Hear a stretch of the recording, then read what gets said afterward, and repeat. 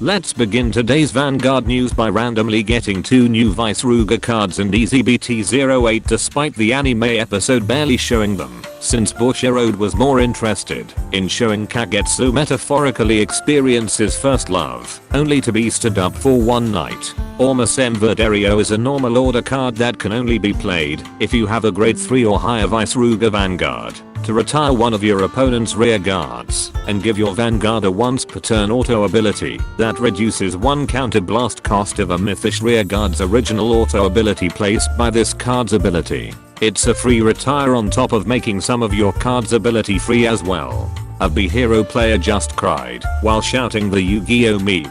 It should have been me, not him line. The second Mythish Mijards or Megazorums when placed on rearguard during your battle phase lets you pay 1 counter blast if you have a grade 3 or higher Veissrugr Vanguard to prevent your opponent from choosing this card for their card effects, and it can attack from the back row. And while on rearguard during your turn, it gets 5k power. If your opponent's Vanguard is grade 3 or higher, it gets 15k power instead if you played a normal order this turn. The deck can now do 5 attacks with this card, in particular being a 25k back row attacker. This deck however doesn't give off the final boss vibes and focuses on weird mechanics, as if this was meant to be a main protagonist deck.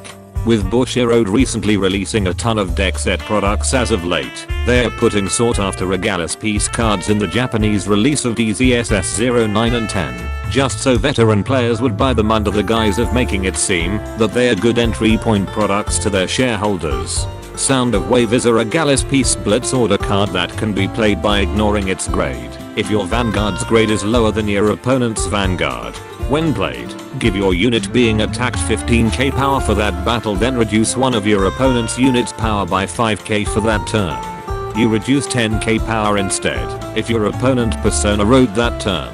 Imagine having to make a workaround effect because of a flaw in the blitz order mechanic that prevents players from using them in the early game, when Bushiroad could just make the same rules for guarding with cards with higher grades than your Vanguard, or just outright make blitz orders into grade 0 cards. As for the blitz order itself, it's basically a standing unit's nightmare. Shroud in Darkness is a Regalis piece normal order card that can only be played by paying 1 counter blast, but can also be played without paying the cost if you did not ride from your eye deck this turn, to call up to 2 normal units that aren't sentinel cards with different names and the sum of their grades being equal or lower than your Vanguard from your drop zone. Then you put this card into your soul if you called 1 or less cards with this effect. This card is the opposite of Orbital Surrogate that makes every deck feel like Reziel, but only on the main phase. Compared to what Leonorn got, this seems less impressive as you're limited to how useful your cards are in the drop zone.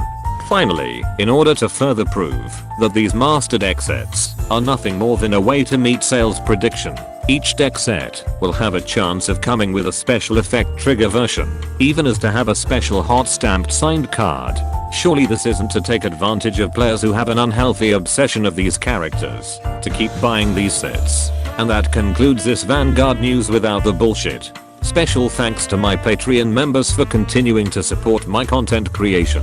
Be sure to subscribe and let me know in the comments how Leonorn's deck set single-handedly saved Bushiroad from bankruptcy.